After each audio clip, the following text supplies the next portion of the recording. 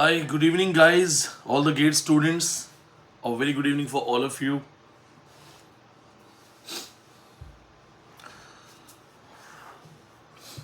I think most of you are enjoying your Saturday. That's the reason that some of you have not joined this session now. So, as we are dealing with special classes, dealing with GATE exam, and you have an exam on 5th of Feb, there are certain things that you have to remember. Some terminologies are really very important. So, as we have been dealing some important terms in GATE exam, they'll be going for some terms related to cultural studies but in media reference, which is totally different from net. So there you have to understand that some points are very important, just like the camera objectification. So most of the students, they don't know about these things because normally these things are not taught in universities. Camera objectification. The camera objectification is actually a process where the camera knowingly highlights some portions of body, some graphics, some scenes. You know how it is. You want to show a story, and then you have a camera. So it's totally up to you. How do you want to show the reality? What you want to show, what you want to hide, what you want to portray. Like we say, na, in the media channels, the most of the media channels are fake media channels, and they are showing the fake news using the camera. That's called camera objectification. Camera objectification also goes in deep when we connect it to feminist studies. Like you have seen female characters in movies, in cinema, when they are introduced. So camera actually highlights some body parts, and the camera people, the director behind the camera, they have been told that when a woman or a female character is getting introduced in a story, so she must be introduced in a charming way, in a beautiful way. So to highlight the beauty or highlight the charmingness, the camera knowingly focuses on certain parts of the area of the body, which is known as camera objectification. Also the part of cinema theory, the media theory. So don't forget this point, this is very important. Second thing is television negotiation. Television negotiation. Sitting in your house, if you're watching a TV and on regular basis you're watching TV, television starts communicating with you. Television talks to you. Television communicates with you. That is called television negotiation. Did you feel that when you're watching a TV on regular basis? Some of us have a bad habit of watching TV or a lot of bad watching TV. I also watch a lot of TV. I have that bad habit. So gradually, the things which are being played on television, the things which are actually flapping, the images which are in front of you, they are actually leaving your mind with a learning, with an impression. And gradually the TV involves you in that learning. If you remember the old people, they would call it the idiot box, Buddhu Baksa. So the same thing is here. Negotiation means there is an encoding and decoding going on between the audience and the television. The idea of Stuart Hall, encoding, decoding in television discourse. Then go for the next term, which is related to hegemony. Hegemony is the idea that in a dominant system, in a particular practice, culture starts rolling, culture starts controlling. So the powerful person with power structure, rules and controls. So the hegemony is technical, the cultural overpowering someone or cultural control of something. For example, in India, if we say what is the main culture of India according to the religions, so we actually go for Hinduism because of the population of 80 crore plus actually gives us gives us a power to overpower other cultures. So primarily, predominantly, main culture is our culture. Then goes for some other cultures and this that. So I should not speak like that, I know, but just to make you understand, I had to take this example. I normally don't support the biasness related to religion, but to make you understand, it's related. It is actually related to culture. So in short, the message is that if many cultures are living together, the power culture, the culture which has a power structure, will start dominating other cultures, and that's called cultural hegemony. Remember that point, that's very important. Then comes the idea of mimicry. Mimicry is the idea of imitating someone, copying someone. So you know that you have seen the mimicry of heroes. People would imitate the voice of Bollywood heroes. Just like that, in post-colonial references, Bhabha has studied the idea of mimicry. How do we imitate the Europeans? Our dressing sense, our hair, our behavior. We have totally become European. We are skin, we are brown people. But by nature, Indian education earlier was morality based.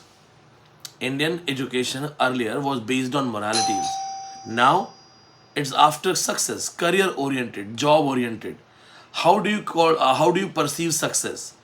Success is a great salary, right? No, that's not success. That never was. But now even Indians started following the Europeans, their methodology, their ideology. So technically, we are imitating their mindset, their behavior, their cultural practices.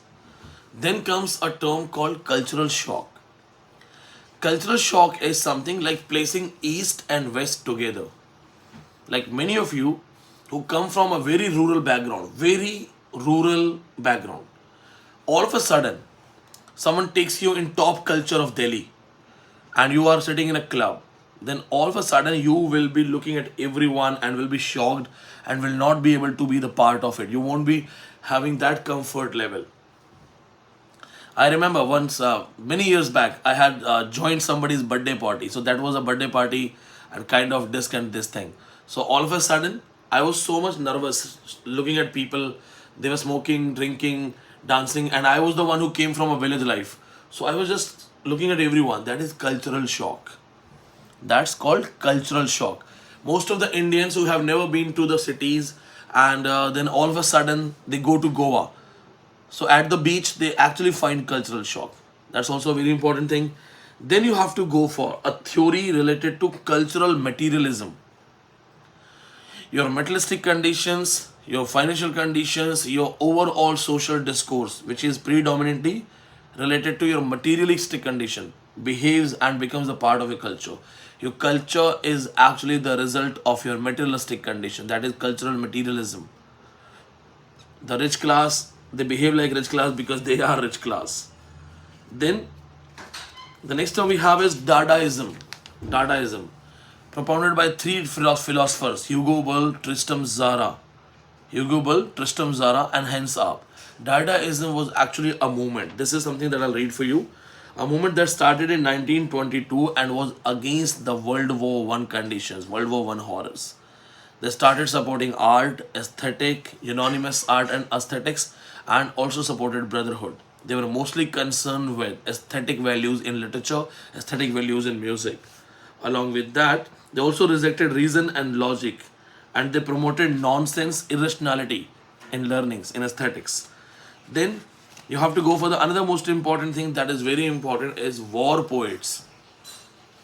For coming gate exam, make sure you remember these things. The war poets, write down the names, the writers who are very important. Some writers are basic that everybody knows: Owen, Sassoon, then we have Rupert Brooke. There are some other writers. Richard Eldington, please write down that name. Richard Eldington. Then Edmund Blunden. I'm using my own gate notebook, my own notes for gate. Richard Eldington, Edmund Blunden, then Rupert Brooke, Wilfred Gibson, then Robert Graves, then Robert Nicholas, Wilfred Owen, then Herbert Reed, Siegfried Sassoon, and Edward Thomas. While maximum people will know only Owen, only Sassoon, only Rupert Brooke, or Robert Graves, you should know all these names.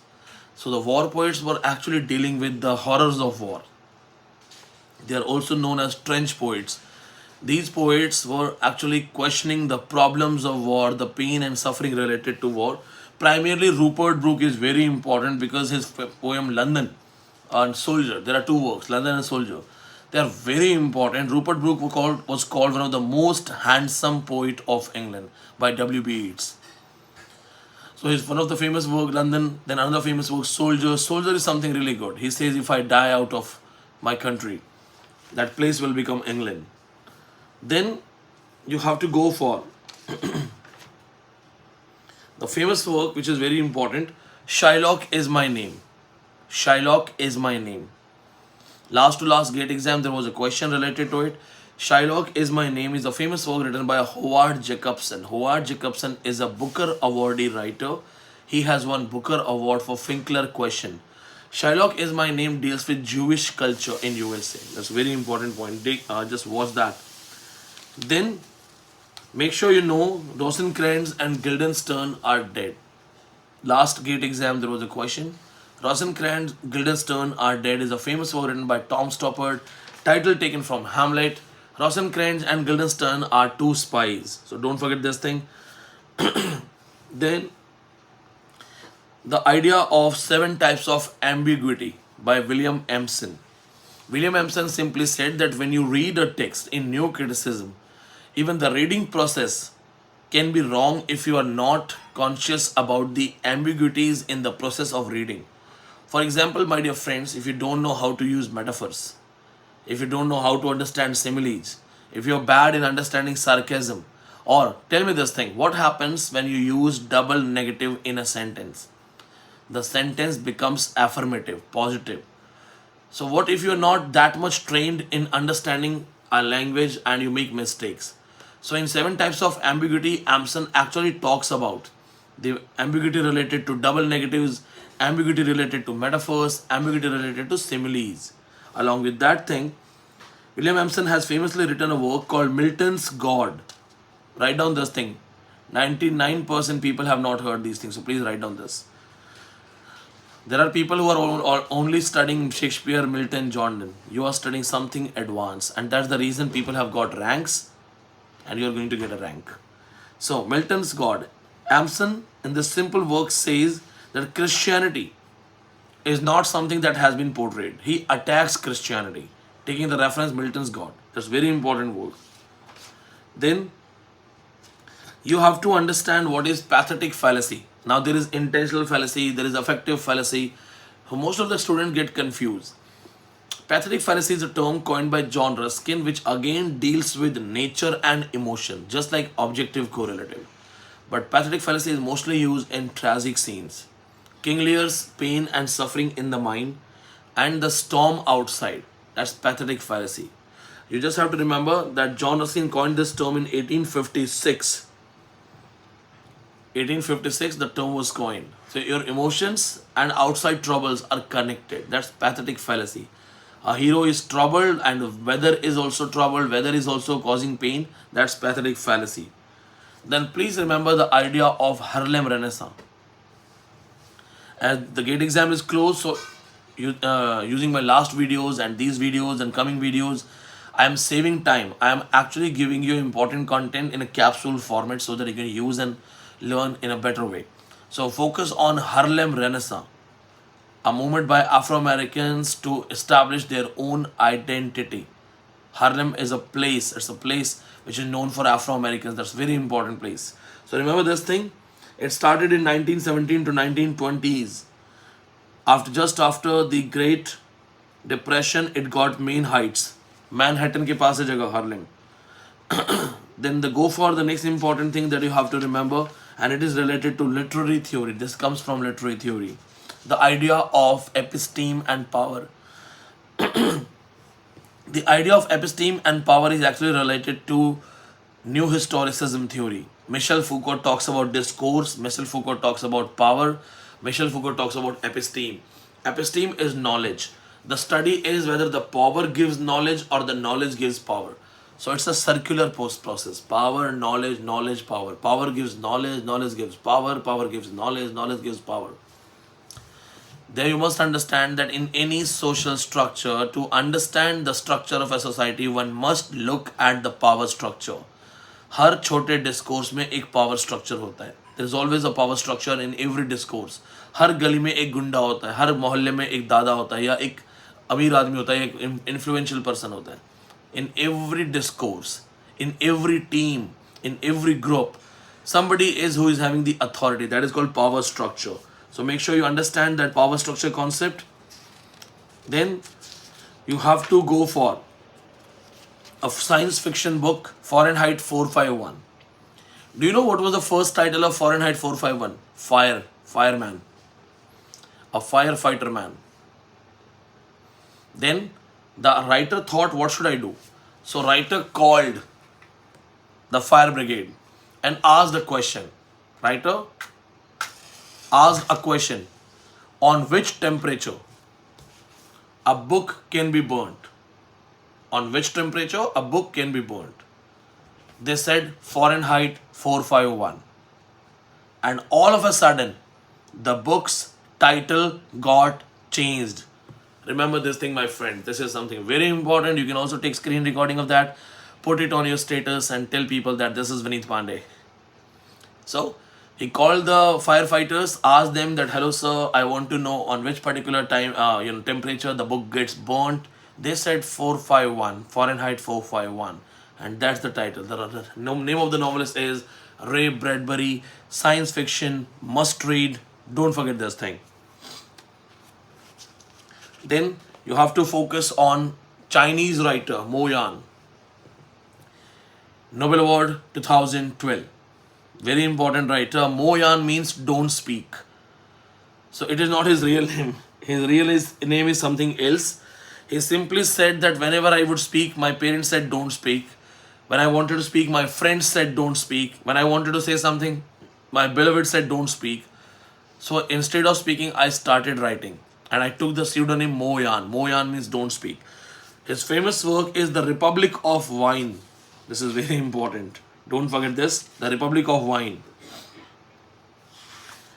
Then the idea of only connect. E.M. Foster's only connect idea taken from Howard's End. Go for a basic summary of Howard's End.